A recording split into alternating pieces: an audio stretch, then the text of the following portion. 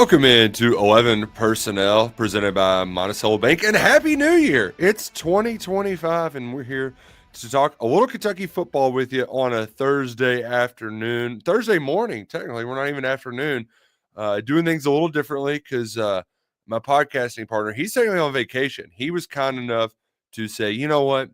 I don't need this day off. I'm going to just come talk some ball with you. And I think I know the reason why I like it. I think I know what coaxed you out of vacation. Shane Beamer.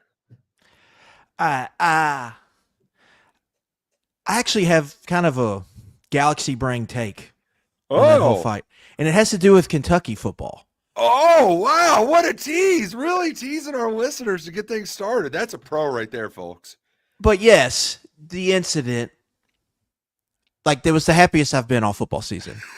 Like, that legitimately made my soul happy. I haven't hid the fact that I'm not a huge fan of the Beams. I think he's corny. I think he's been I'm just not a fan of him. I'm a hater. I drink all of the Beamer Haterade. It's been hard to take because they've had a great year. Yeah. They've had a great year. And I don't think I've been shy from the fact that I love Brett Bielema. Like, you could go back to one of our coaching carousel podcasts, Nick, when they hired him. I thought it was a great hire. I thought it was one of the best hires of that cycle. I thought he absolutely fit what Illinois needed to an absolute T. Mm-hmm. And you saw that all play out. I think what you saw play out in Orlando, before I get to my take, was one side of the coaching scope and the other side of the coaching scope. And there's a lot of people in that coaching community that does not like that guy, like, cannot stand him. Yeah. To the nth degree.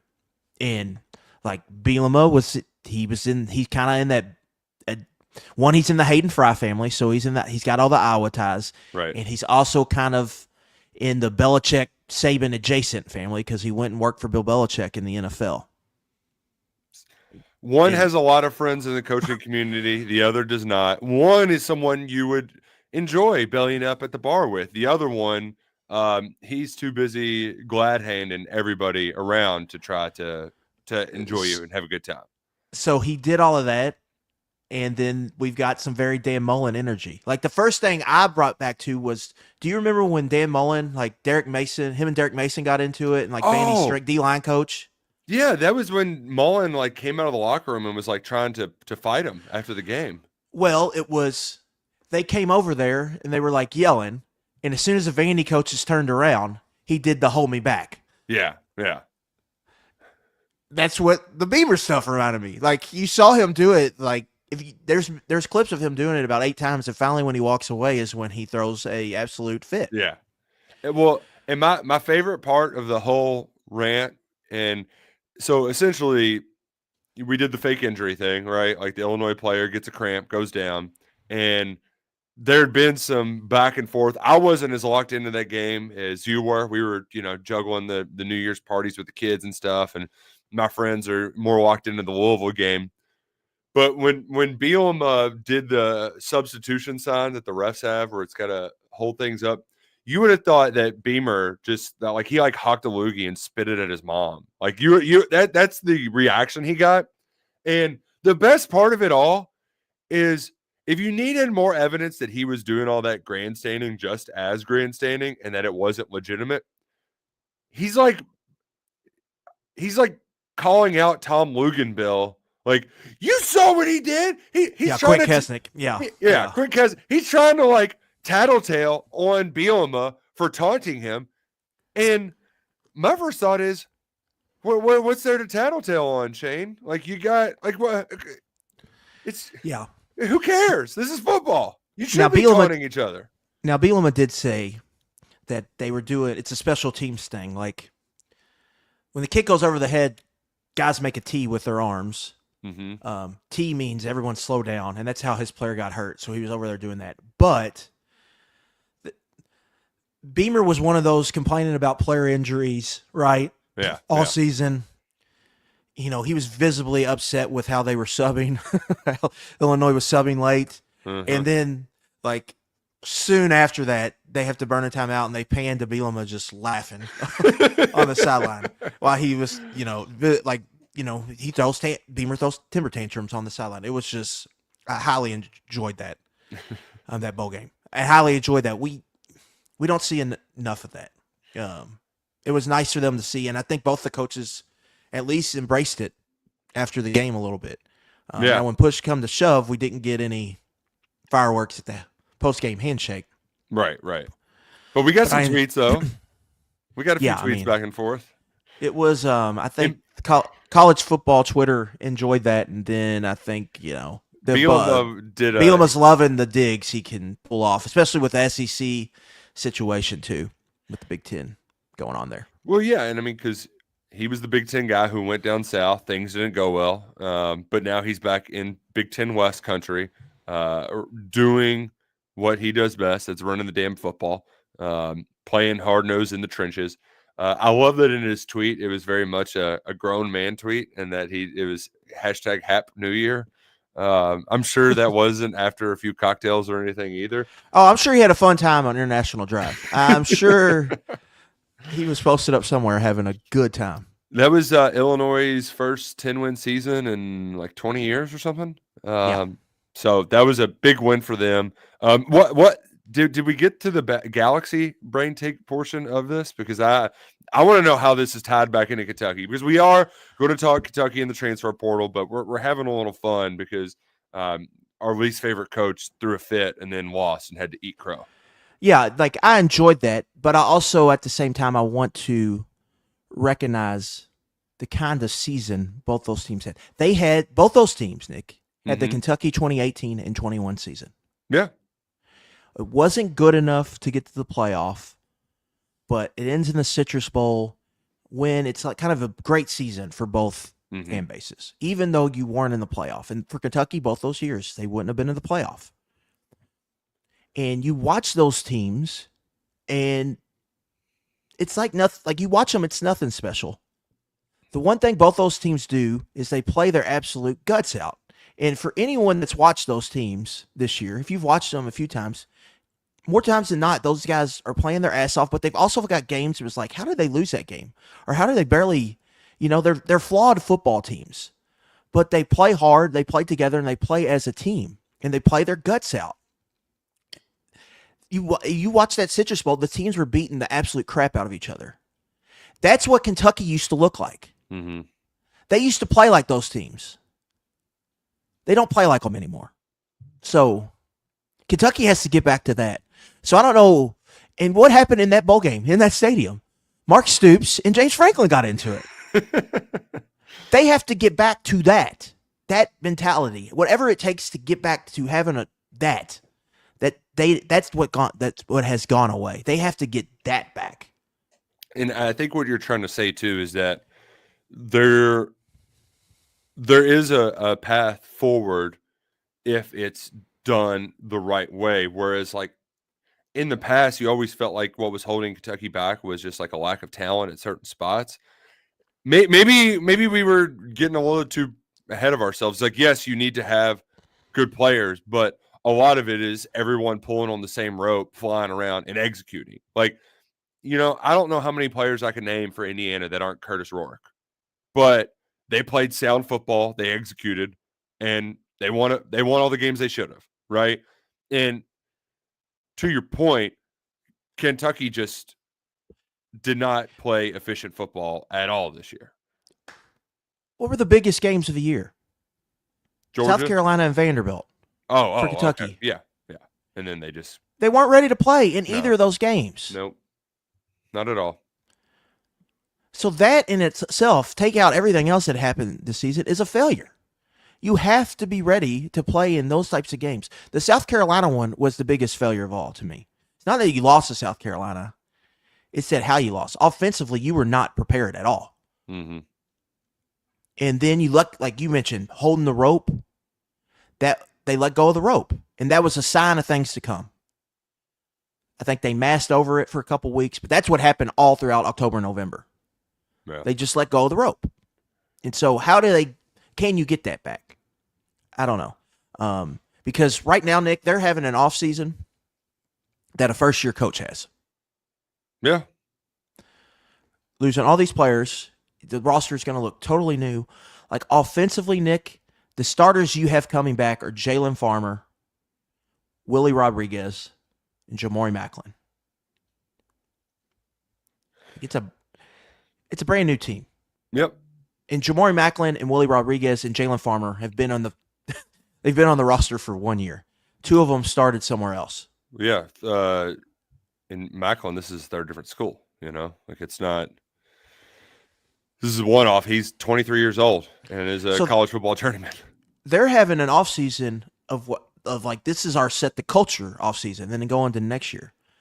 But they can't really afford to have that. That is like, to me, that is the ultimate crux of whatever is happening right now. They are having an offseason that a first-year reset has. Well, and to the point that Norman makes in the chat is it's a clean house restart, but you're not completely cleaning the house out because you're only making one offensive assistant change. Like the top is the same, but everything else beneath it is different. The one good thing is, though, that's been the same for a while. That's a constant. It's our friends at Monticello Bank. 129 years now in business, working hard for Kentuckians. Monticello Bank, it's where people matter. Whether you're looking to buy a new home, looking for a new car in this new year, or just want to check out some other personal banking options, make Monticello Bank your bank of choice. They've got banks in 14 different markets across the state, and they're available online at nbcbank.com. Monticello Bank, proud presenting sponsors of 11 Personnel, member FDIC, equal housing lender. Monticello Bank, it's where people matter. So we're having an offseason of massive turnover, and the latest story was the most bizarre story yet.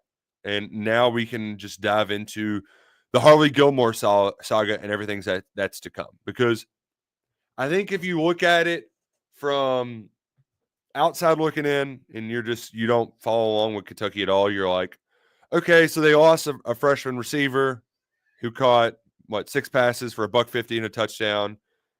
He might be a good player, but it's Kentucky wide receiver. Like, they'll find another one. On the inside, it's, wait, we thought we were going to build around this guy. I thought this was going to work. And then if you dig even deeper inside, to behind the scenes, it's even more chaotic. And maybe arguably the silliest story I've covered since the old Lexington fights, when we had the frat party fight, and it was like all the frat bros were trying to get the football players kicked off the team. That was really dumb. That takes the cake in dumbness, because the matter was settled, and then they were like, "Oh yeah, well, my dad's a lawyer, and we're going to get him to press charges." DMs were interesting at that time. Do we want to? I think this is a medium where we can kind of unpack. We've kind of reported it on the board, so we can kind of unpack. We can peel back the onion. So there's like two sides of the coin here. Yes. Well, actually three, because all signs were pointing like Hardley Gilmore was staying. Correct. He had his lodging locked in for next year. Yeah, he moved in, I think the day before was when he was moving into his apartment, and then he hops in the portal the next day. And then we've also heard that he's gotten to trouble a couple times under the radar. Yep. I think there's some people in the building that were maybe sick of it, saying, yeah. Like, we need, if we're going to do the reset, let's do the reset. And then I think some others were like, well, we got to have some players, and this one could be a good one. So let's keep him around. And so there was some level of line drawn, or there was two camps, I think is fair to say. Yes. Some wanted to keep him, some were ready for him to move on. And so they got caught in this kind of weird, I don't know if I want to call it no man's land, but it was just a weird situation. And then I think it's fair to say at this point, Nick, the Kill Shorts tampering his ass off here. Yeah, he did a good job of it. And so the Kill Shorts was able to get, or played a role in Dane Key, but I think he played a huge part in them getting Gilmore. Yeah, because I'm sure while Kentucky's being hardline approach with Gilmore, like, hey, buddy, you can't be doing this BS anymore. Kill Shorts is like, hey, just get a fresh start. You know me. I'll be your guy. Just come with me to Nebraska. We'll get a fresh start. You don't got to worry about all that over there. We got a great quarterback.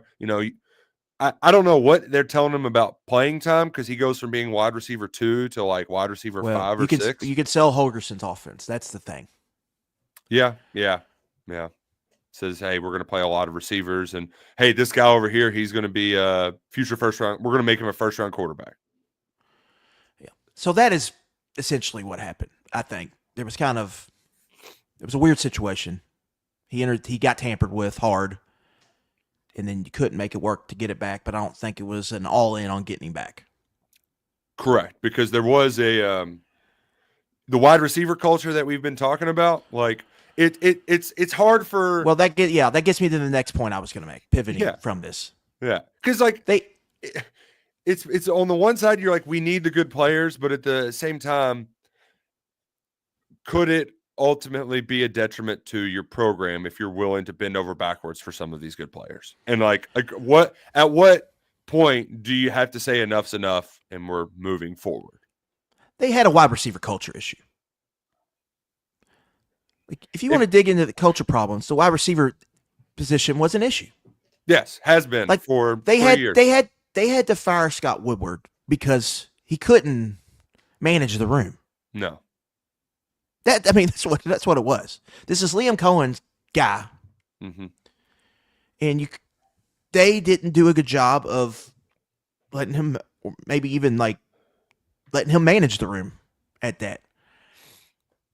And so you had a lot of, and then I think Kentucky got in a position where they tried to build a team around those guys, and it just didn't work. And there were some issues there. So there was a need to flip that whole position, but there's also fair reasons to be skeptical that they can bring guys in that can play too. And I'm hearing a lot of talk, and I think it's a popular talking point. Oh, we're just going to run it 60 times. Stoops is just we're never passing it. If he was really going that route, guys, with probably what's going to be an average offensive line, I think they probably would have got a quarterback that could have really run the ball. Yeah. Calzada can move, but he's not. Yeah, he's not.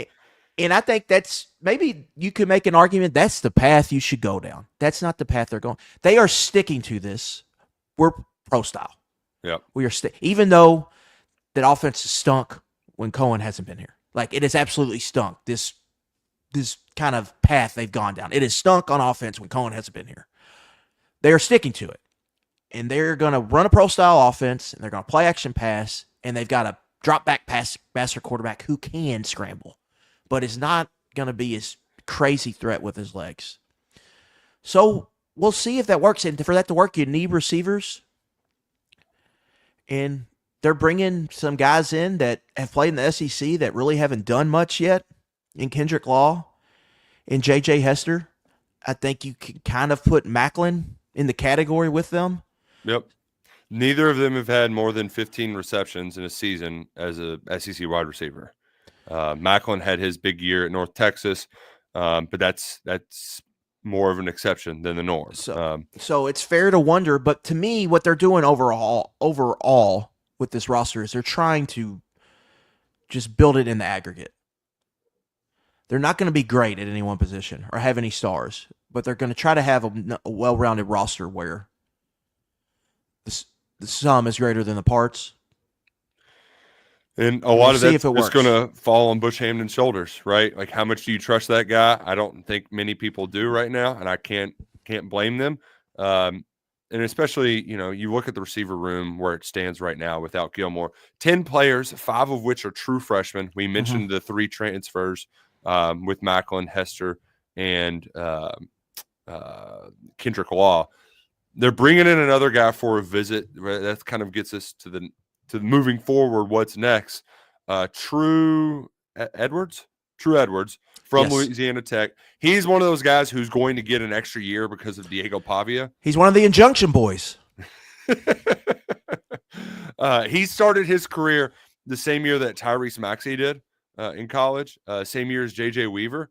He's going to be a super duper senior with 2 years at JUCO, 1 year at Hawaii, 3 years at La Tech.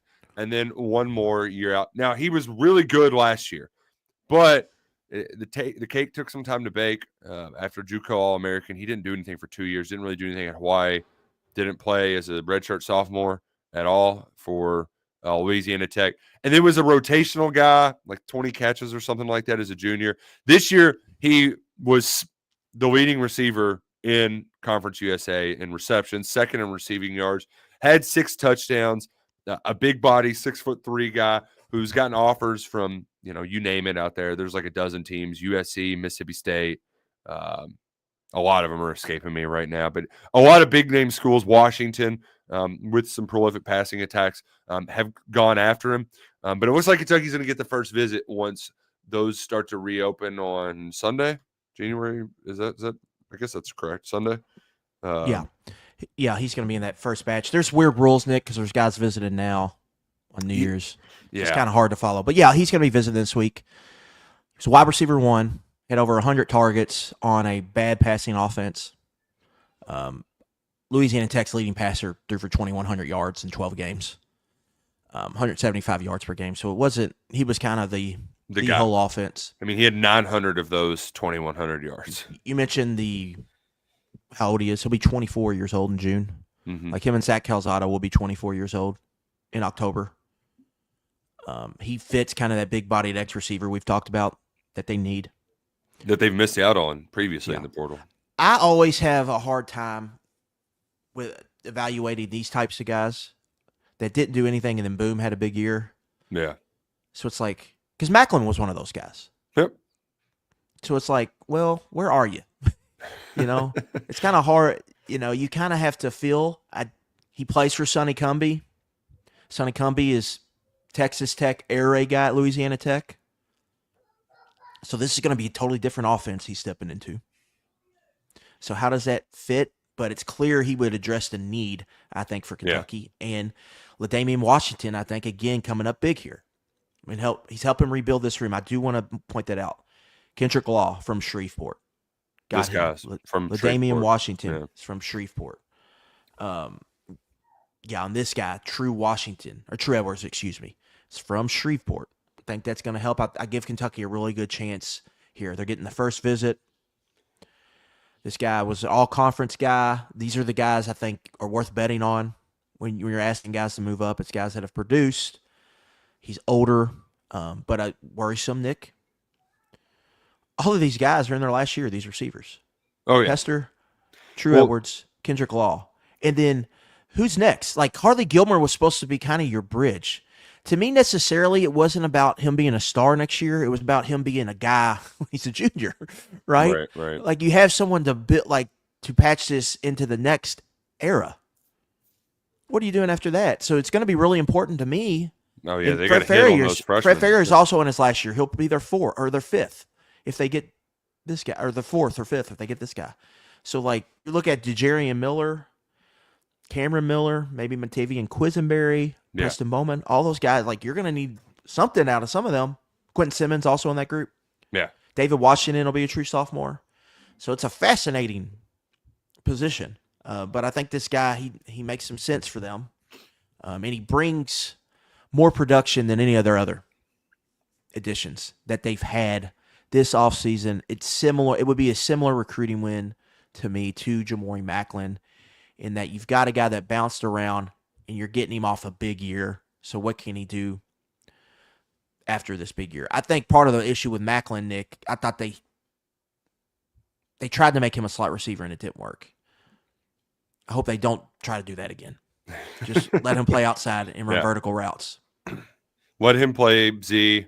If they get Edwards in the fold, Edwards would be your guy across the middle. Diggs. Mm-hmm. Stuff we saw Dane Key went on. Slants. That would be your cross the middle receiver. That's what they don't have right now. I think Macklin and Hester both are intriguing as a vertical option. Kendrick Law has a lot to show, I think, from a route running, but he's going to kind of be your extended run game guy. Maybe even gadget guy, reverses, jet sweeps, wide receiver screens. That's how you're going to want to get him the football, at least early to me. But you need a guy that can win across the middle and make tough catches and move the chains. That's what potentially Edwards could be for you, and that's what they don't have That's what I think they were going to ask Hardley Gilmore to do if he stayed, which he showed some he could do. He had a couple catches on dig routes this year. He had that, obviously the drop in the Tennessee game led to the interception, but I think that was the role he was going to play for them. Now I think that would be Edwards' role, and then hopefully you can get DeJarian Miller on campus and get him involved in the offense because I think he's probably your best prospect at receiver. You're going to need him to play for you this year. And then it's just the bridge is just a shorter bridge. You're just like, you're jumping off it. It's just like it just gets you guys back to who the are playing, and then all right, freshman, you got this, and then you'll probably find more portal guys to add experience the fall. It just gets you back to this feels like a first year you should be having for a coaching staff. Get us here, have a recruiting class. We're gonna need transfers a lot next year, but then as we move on, less and less and less. It doesn't. That's what it kind of feels like. I also worry, Nick. No one's really talked about it yet. How in the hell are they going to recruit 2026 guys? What happened with Billy Napier is a perfect example. Like Florida's recruiting was in the tank all season. The only guys they were getting were like kind of legacy guys that were going to Florida. And then now once Lagway got settled and they committed to him and they won a couple games, then they exploded. Mm-hmm. How is Kentucky going to recruit? You don't have the Lagway to lean on for the future. I have no idea how that's going to look like. It's going to be impossible. I think we're headed towards them having their worst recruiting class on their soups. I very much think that's on the table, potentially. It's going to be hard to recruit with everything going on because this year he's going to appear on the hot seat. Like when Dennis Dodd does his hot seat rankings, like Stoops is going to appear on that, and that's going to be a talking point, and that's going to be used against them in recruiting. Mm-hmm. So how do they? I guess this is where Vince Merrill makes his money. No kidding. So if they're able to cobble together any type of decent recruiting class, like when we're in July 4th, and if they have a solid to decent recruiting class, like they've done a hell of a job because it's going to be hard in this climate, in my opinion, to recruit high school players based on where they are. And it's going to be even harder to keep them committed once the season starts. That's just one test. Then there's another test to deal with whatever that happens during the season. Because we saw what happened this year. They lost players. They lost players they didn't think they were going to lose. But if you put it on the other coin, I think it was Cole on the message board or maybe somebody else on KS board who pointed it out that part of the reason they're in this situation is because of high school recruiting misses. So the guys that you entrusted to keep things steady have not been. Yeah, but like evaluation is evaluation to me. You still got to evaluate in the portal. And how they're having the portal recruit, it's very much Steven Scout. Like they're having to go out and evaluate and like this guy fits what we need to do. This is not Pop Dumas Johnson. Everyone knows Pop Dumas Johnson can play. Everyone knew Wandell Robinson could play. You knew Derek Rosenthal could play. These are not the additions they're making. You knew Ray Davis could play. These are more of, all right, we got to find these G5 guys that haven't done it at this level, but they're going to fit what we want them to do. Kendrick Law has not played yet, but he fits and he could be potentially a 60-catch guy for us. That's not something they've done. So you're banking, and that, to me, that ties with high school recruiting and development. This is a guy I could see being a potential multi-year starter for us. Like a Maxwell Hairston. No one thought Maxwell Hairston would be a second-round pick, which he's probably going to be in high school. But Kentucky targeted him. They got him. And guess what? That was a great one. They don't have enough of those. And so in this portal class, you're going to have to hit on more than you miss to give yourself a chance. And really this season, Nick, if they don't get to, like they have bare minimum, they've got to get to 5-6 going in the Louisville game. And you can't, one of those losses can't be to Toledo or Eastern Michigan or whoever the other MAC team they're playing. Which might be a tall task, though. Might be a tall ask. Which feels unlikely when you just kind of go down the schedule. And I was just talking to my father-in-law about this, Nick. Lenora Sellers, Miller Moss, Arch Manning, DJ Lagway, What happens if Gunnar Stockton lights It's up awesome. Notre Dame tonight? Yeah, yeah. Who else are they playing? Tennis, Nico. Nico, yeah. Auburn's got Jackson Arnold. I'm not throwing But him in there, but he can maybe. yeah. Lane Kiffin, Austin Simmons. He's not going out and get a portal quarterback. My bet is Austin Simmons probably pretty good. He led them down to a touchdown drive in that Georgia game. There's a path here where what I just named 6, 7 guys. Yeah. Those could be 6 of the best 15 quarterbacks college football next year. Good luck. Lagway and Arch could be the One, best two. ones. Yeah. Could. Or, yeah. You know? Right. Well, We don't know what's the other year. We don't know what Stockton's going to look like. Nico, you think's probably going to make a jump. Mm-hmm. You know, I don't know if he's going to be what they wanted him to be, but he's probably still going to be a good college quarterback. Lenore Sellers that got better and better this year. If he takes a jump, he could be first-round pick. Dude, that's a lot you got to deal with. And Miller Moss in Brom's system will be really good. He'll probably throw for 3,400 yards. Mm-hmm. That's a lot that's a lot on your plate that you're going to have to deal with. Yeah, and Louisville getting those running backs back too. They're that's before even talking about the other. I'm just talking about quarterbacks you're going to have to beat. Right. That's huge. I didn't even mention Diego Pavia. Well, and then the other part of this, we spent all this time talking about offense. I don't even know what they're going to be defensively. I mean, who's playing linebacker? I guess Rayner's going to come back. You could say what you want about Brad White. They have an established floor. They will be a top 40 to 50 defense at worst. They will figure that out. But what does a top 40 defense look against these quarterbacks? Right? You're a victim of your schedule. Yeah. I'm worried about off-ball linebacker. I think Rayner will be a good starter, but Landon Watson's going to have to prove it. What are you doing with Afari is probably my biggest question. Mm-hmm. Are you sticking to him playing off-ball? Are you going to go back to him playing Sam Nickel? I think that solves a lot of problems if you let him play there. Safety, what's your third safety situation? Third safety plays a ton.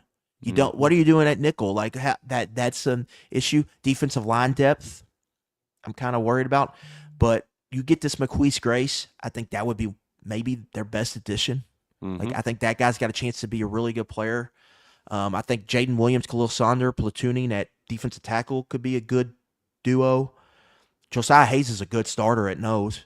There's a Washington State transfer, Nick, visiting this week. It's been reported by Steve Wiltfong. David Gusta, he was very good last year. That would be a nice 1-2 I think you could see the pieces coming together on defense, and it's a proven product, but they also play a style of ball that they make sure the defense is taken care of. Really, the real question to me is just offensively. Go win it for us, Zach Calzada. Go put the team on your back. What can go wrong? Oh, no. Nothing could go wrong except unplugging his microphone for the third time today. But and it's also have a technical. My bigger thing, I know you've gotten to the details with all of this about next year's roster. The biggest part I have is a lot of it just comes down to coaching and how much do you trust the coaching. Because I can be talked into Zach Calzada, Dante Dowdell, these offensive linemen, especially if they get the one kid from New Mexico State. If he survives the Vanderbilt visit and they actually get him on campus, like that, I could like a lot of this, but do I trust Bruce Hampton? No. How much do I trust these guys to punch above their weight? And that was something that early in the Stoops era they did, and they did on a regular basis. And they did not look like a well-coached football team last fall, and they really haven't in the year prior too. So it's not as bad as it was as a one-off. This has been a slowly unraveling, and then it all just kind of imploded. And now you're like, can I trust these guys to put some duct tape on this thing, or are they going to get out their actual toolbox and fix this? Yeah. To me, they're entering, again, back to my pro style thing. This is year 5 going into pro style offense. Now, to be fair, they've never gone back-to-back coordinators, right? Yeah. With back-to-back O-line coaches. At least there's some stability here. But we're seeing what Cohen is doing with the Bucs. Mm-hmm. He looks like one of the top 5 play callers in the NFL. That's they had that, and that was the only way they could build a good offense doing this type of style. They are hitting lows playing offense like they are in this structure. So is this a can they even succeed playing this way? That's my issue with it. Yeah, Like, we talked about earlier in the regular season. because you talk about the 3 worst years they've had on offense, Nick. This was the Grand LSEC year, and it was Scangarello, and then it was this past year with Hamden. Those are the 3 worst years they've had on offense. You know, you can say what you want about Grand, but those 17, 18, and then the stuff he built somehow, 19, and then the Neil Brown offense in 14, all of those offenses were better than what we've seen over these last non-Cohen years when they've done this pro-style thing. So I just don't know if that's going to work. You know, we'll see what they can build out of it with the stability. But there was just, I don't know, man. It's just hard to see it. But again, I think if you ask them, their biggest issues last year were they couldn't create explosive plays, and that's what it needed to be built off of. And then they were not good enough up front, and they were not locked in enough execution-wise. Like, they had so many execution mistakes. I mean, how many times did they have goal-to-go right inside the 5 and couldn't score? Like 4 straight weeks. So if you can fix that, it probably looks a lot better. And then if you have if Zach Calzada gives you better play at quarterback than what they had last year, how does that make it look? But it's just hard to see because the results are the results. They've been doing this for half a decade now, and the only time it was good was when they had this guy who is just going to be maybe be an NFL head coach. Probably next year. Yeah. Did you? I guess we had Brock Vandegrift retired the last time we talked. I think that happened Sunday, right? That happened Sunday, so no, I do not think so. Yeah, we haven't talked about it, but it was right in the middle of all of that. Yeah, weird situation. The whole thing is weird. There's layers to that onion we haven't, I would say, uncovered.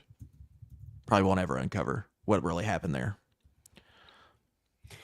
And it's just, I was writing about it yesterday. Like, now you can probably understand it, but if you go back in the corners of the Kentucky football internet that we live in, I mean, people were talking about getting Brock Vandegrift after the 2023 season. Like, this guy was we saw people in Georgia Vandegrift shirts, right? Like, there was a lot of hype around this guy long before any, he was the chosen one for Lincoln Riley a few years ago, which I did love. Oklahoma fans were like, well, he retired. Turns out Lincoln Riley sucks with quarterbacks. And I was like, okay, like that is quite a step. But to just go back to what you thought you were getting versus what you got, it is so shocking because that was as big of the upside of it all. The best part of Vandegrift was that you got 2 years with him, right? And that you had this guy who had some mobility to him, had the kind of leadership qualities to him. But I do think that some of Brock's detriment, like I think a lot of it was out of his hands, right? Like it was just getting smoked in that South Carolina game. It was having the offensive line that they did, and then having the inconsistency from the receivers, where I don't think he could trust them to be where they were supposed to be, and that made him hesitant. How many interceptions hit guys' hands beforehand, right? Yeah, I think. But some of it, I think, comes back to him, and I don't know if his Brock Vandegrift style is necessarily the most inspiring, right? Like his just kind of stoic mentality and we're just going to get back to work. I don't know how well his teammates rallied around him and responded to his approach. And I also don't know just how much I don't know how much there was a belief in him, even though he was tough and hard-nosed. I don't know how much there was a belief that he was going to show up and be at his best every single Saturday, because it was very much a kind of seesaw from game to game. This is all. We could have a podcast on the Brock Vandegrift year or stint at Kentucky. It was clear they never truly believed in him. Yeah, they kept trying to play the Gavitt Wimsatt card, and it was whatever. And We've talked about that 100 times. Yeah, yeah, yeah. So you don't really commit to him. They finally commit to him, Nick, and I think he played his best game of the year against Tennessee. And then James Pierce just ripped his head off, and it's like, Right. well, like 2 If steps forward, 1 step back. so, he's playing this best game of the year. I don't know if Kentucky beats Tennessee, but I think it's probably a little closer down the stretch if Vandergriff plays the whole game. And who knows what happens if he plays the whole game. That could have been a launching point for him as a player. Yeah, and then he just gets a concussion. That was, I think, a pretty bad concussion. Like he didn't get cleared for almost 2 weeks. Yeah. And so, I think it was a situation, Nick. I think it's fair to question: was his heart in it? Like at Kentucky, did he really want to be here and be the quarterback? He comes here to play for a guy that bolts like a week after he gets here. Mm-hmm. New guy comes in. New guy tries to replace him all year. Yeah. New guy didn't sound like he was necessarily maybe a big fan of him as a quarterback all year. He's playing somewhere where it's not like, obviously he's a Georgia Bulldog. I think it's pretty clear. So I wonder that. And then he just seemed like he was done, and that's unfortunately not what they needed. They needed him to be a starter, maybe a little better than he was. And they needed him to be giving them the second-year quarterback jump that you get from a new starter next year. When they had this tough schedule, they could really lean on him. Instead, you got the worst-case scenario, Mm-hmm.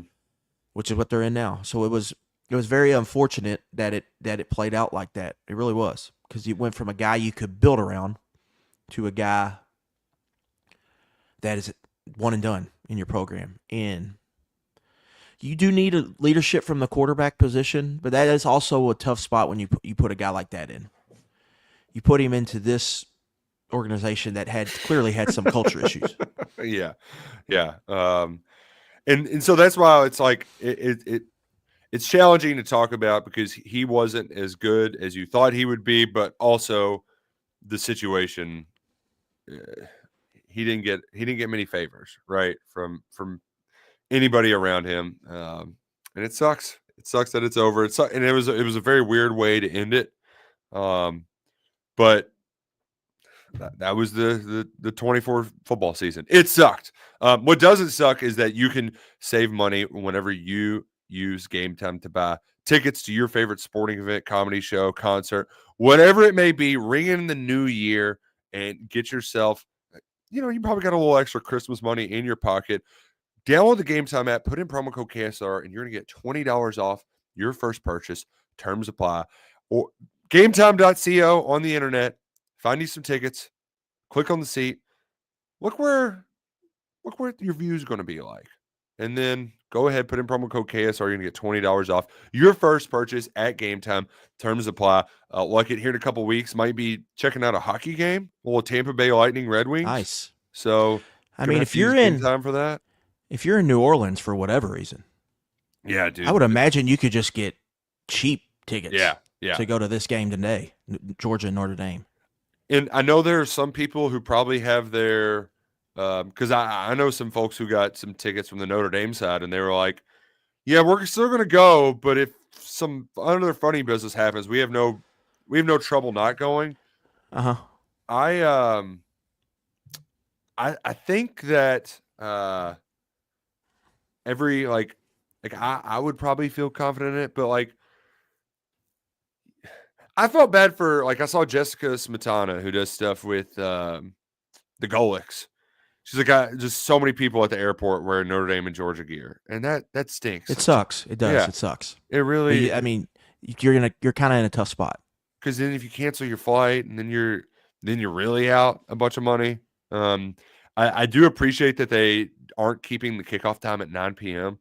4 is a little bit unusual, but I understand that's what they did. Yeah, that's what they did, like in the COVID stuff and in the last year. Remember the Bills game got postponed, Bills Steelers last year, and they just moved it to like middle of the day the next day. That's typically how they do that, because there is a time issue, because they're like they've got to get ready for a game in like a week too, and they got to get back and all that kind of stuff. It was just unfortunate, but there was no other way around it. They're doing what they had to do.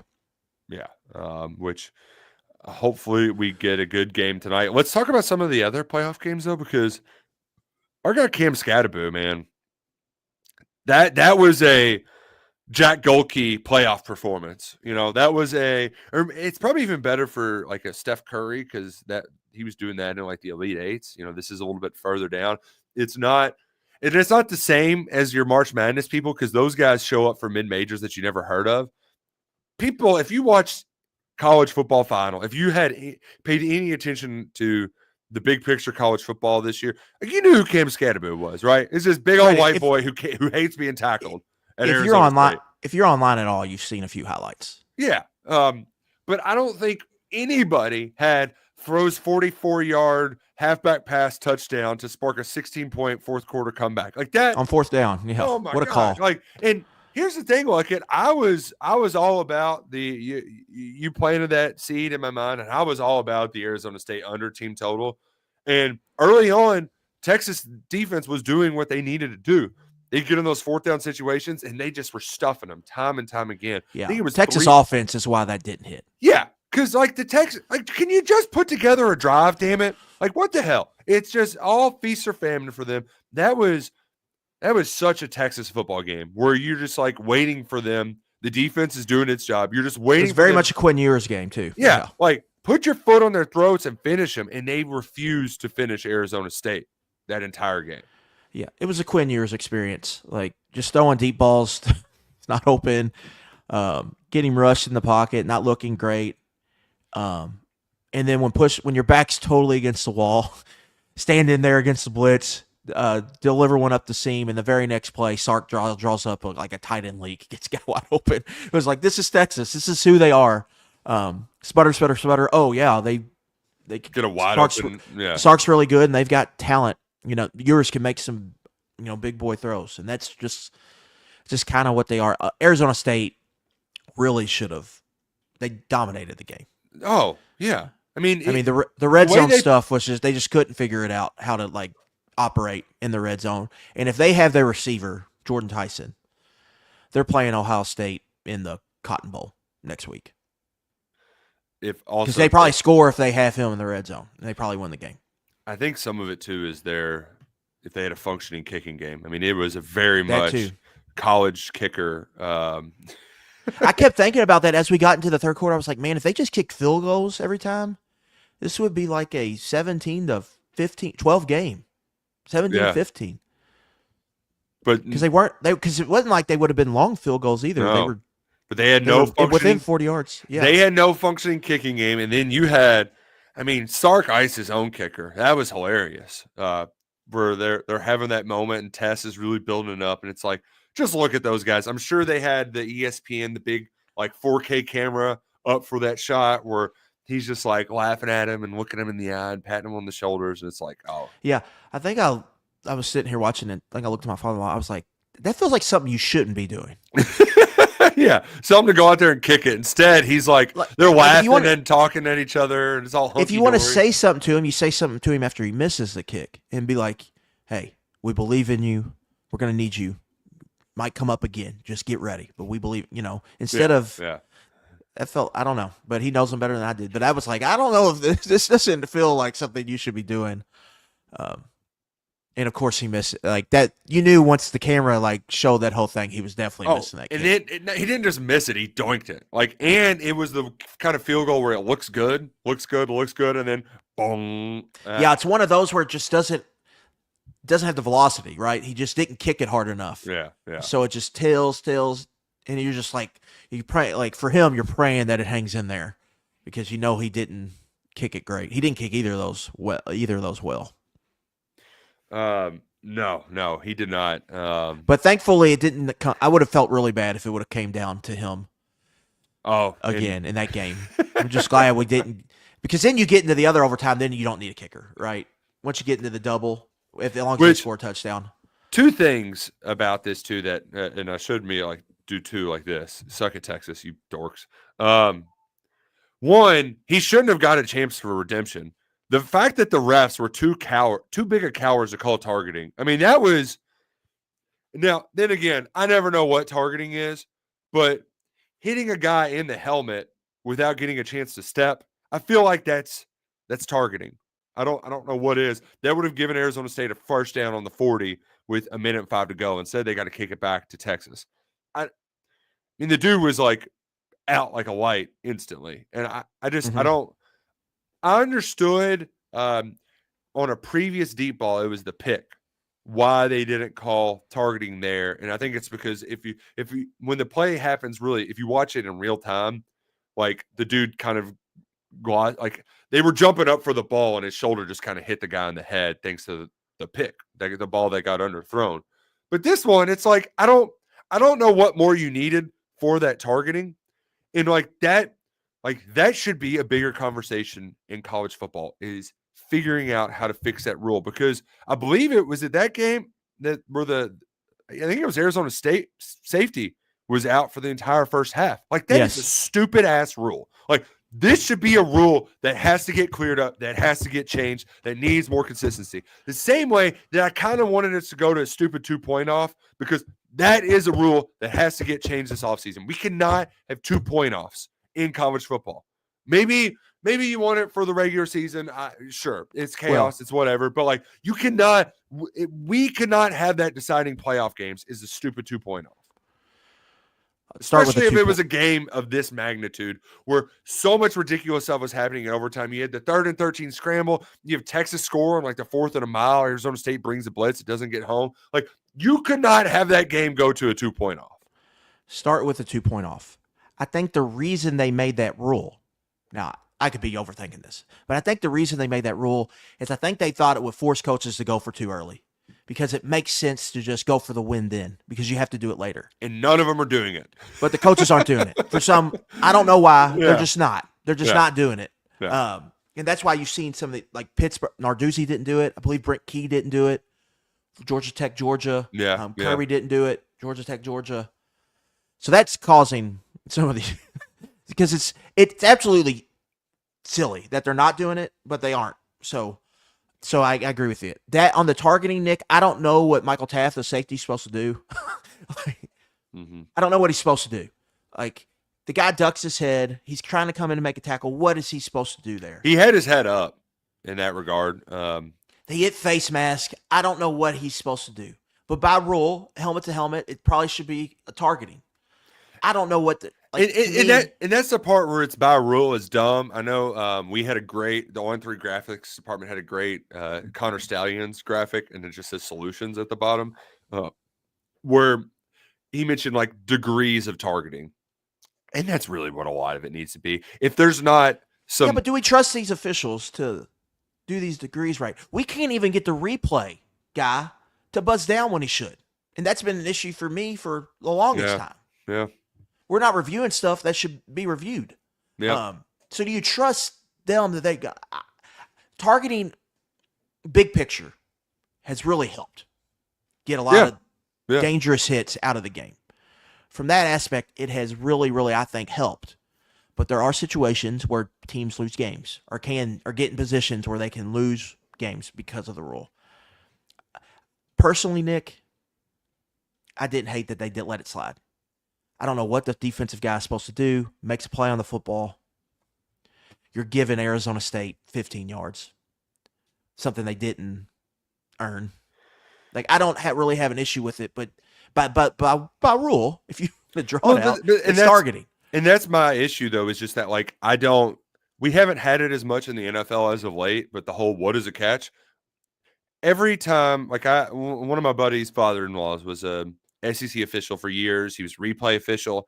And like, I'll just be like, all right, explain why this is and why this isn't. And every time I don't get any clear idea of what it even is. And that's a problem. Like, this is a penalty that can force your best player to miss a half of a game, or you can lose players from it. I think part of the way you fix it, can we just take the ejection aspect out of it? Like, if we just did that, I would feel a lot better about it, because I do think that the headhunters, like, we have gotten that out of the game for the most part. So didn't expect us to get into this talk today, but that's the college football playoff for you. It's gotten a little wonky. We did have some breaking news too that we're a Kentucky football podcast we need to mention. Jordan Lovett was arrested for reckless driving and he had some marijuana on him. Possession, yes. So that happened. Dumb, shouldn't do it. He might miss the Toledo game. But dumb, don't do that. Don't break the law while breaking the law. And especially, it was like was it New Year's Eve too? New Year, like don't be driving fast on New Year's. Cops around everywhere. Don't be dumb. Yeah, I think he was even probably back home too. It was in Nelson County, so I'm sure he's from E-Town, driving down the BG. So, but don't be an idiot. Yeah, I think, slap on the wrist probably. Exactly. That's probably what's coming in the way. The other playoff games, shout out to James Franklin I felt very weird cheering against the underdog, but we had some more college kickering in the Boise State game, and James Franklin got that cover home for us. That was nice to see. The most fascinating thing to me, with what's left of the playoff, is the best quarterback's out now. Best college quarterback, clearly. Dylan Gabriel's out. So we're left with a lot of questionable quarterbacks. Will Howard, he lost to Michigan and he turned into Peyton Manning. So he keeps playing, it's easy when you're just throwing it up to Jerry Rice and Randy Moss, though. No one's coming with those guys. Abuka and Jeremiah Smith. If he keeps playing like this, no one's coming within 2 touchdowns of them. But to do this 4 games in a row, I think will be difficult. There will be, I think, a letdown. And sooner or later, teams are just going to be like, all right, we're doubling Jeremiah Smith. If you're going to beat us, Egbuku's going to catch 15 balls. And then, to me, what that Penn State-Boise State game reminded me of, and I think they almost got in trouble with it, I think Penn State got a lead. And I think they know that for them to win it, Alar's going to have to hit on some balls. Mm-hmm. He's going to have to make some throws. To me, it was almost like they were having practice. In game. Like they were trying to build his confidence, and it almost got him in trouble. But when push came to shove, they gave it to one of those big tailbacks, and it ended the game. I thought Alar did fine, too. I mean, not great. I think, but he started well, but you looked at his numbers. I think Bill Connolly had it. I think he was like 8 of 20 to end the game or something like that. Ooh. He did not play good against SMU. Even though they scored a bunch of points against Oregon, he did not play well. You look at some of the bigger games, he has not played well. And Penn State's got a team that can, I think, win the whole thing, but he's got to play well for them. And that's kind of the issue. And he's super talented, but he hasn't played well. And then Georgia Notre Dame, like what is Gunnar Stockton? We don't know. Total wild card. And then Riley Leonard, can they pass the ball to win it? Well, I don't trust it, but the quarterbacks are fascinating to me in this race. I did get on Prize though, and I was looking at the squares for today's game. When you play Prize, the best daily fantasy sports app out there, and use promo code KSR, play $5 and you're going to get $50 in Prize bucks in your account. Terms apply. That's promo code KSR. Play 5 to get 50 in your account. And in this little action I got here in these squares, $5 will win you 23, give or take, on the odds. I like Riley Leonard to rush for a touchdown. He's done it in almost I was looking it up here. He's done it in like all but 3 games this year. 16 hold on. He's got 15 rushing touchdowns. 15 rushing touchdowns. Army and Virginia, he didn't have it in back-to-back weeks, but has in the last 2. I mean, that if they're in the red zone, he's going to get a good look at it. I like him as your touchdown play. And then I think Trevor Etienne, you can hit the little I don't know what you call that button. It looks like a recycling thing to get the numbers to go up and down. I went with the Green Devil, just more than 59.5 rushing yards, and then Gunnar Stockton more than 24.5 rushing yards. Because I think he's got some wheels, and we haven't seen a ton of him. He's probably a guy who runs for closer to 75 a game, but we just haven't seen him enough. So like I like that. It worked out well for me. This strategy worked out well for me with the Washington quarterback, where he easily passed that 50 margin. I had a nice Prize win for me in that Sun Bowl. Yeah, the Tony the Tiger Bowl. the Louisville game that came down to the wire. So let's win big again today with Georgia, Notre Dame, who I ultimately just trust Kirby Smart a little bit more. I mean, like that feels like the basic thing to do, but yeah, I trust Kirby Smart in this situation. Even with a backup quarterback, I think Gunnar Stockton's going to do enough, and especially without their big boy in the trenches for Notre Dame. Like it feels like that was a huge loss for them in that Indiana game. Yeah, I think it's 50-50. I jumped on Notre Dame plus value. I just think. Is it +2 or what did you get at how many points? I got +1 at I played them to win at +100. Okay. So I got it early in the week. Now they're favorite. I just think this Georgia team has been flawed. It's been flawed all year. Are they really going to? I think Notre Dame defensively is on par with Texas. We saw them struggle with Texas. What is Stockton really going to give them? I think it's a total slugfest, and Notre Dame wins a close one. Is kind of my view of that, but we'll see. I could see it going either way. One thing I do want to touch on, Nick Goated at NFS told us in the comment section, the SEC isn't what it used to be, and we finished 4-8. Just think about that. While that you can make that case, but Kentucky's not in the East anymore. Kentucky was still in the East. Last year probably isn't as bad, and this next year maybe could be.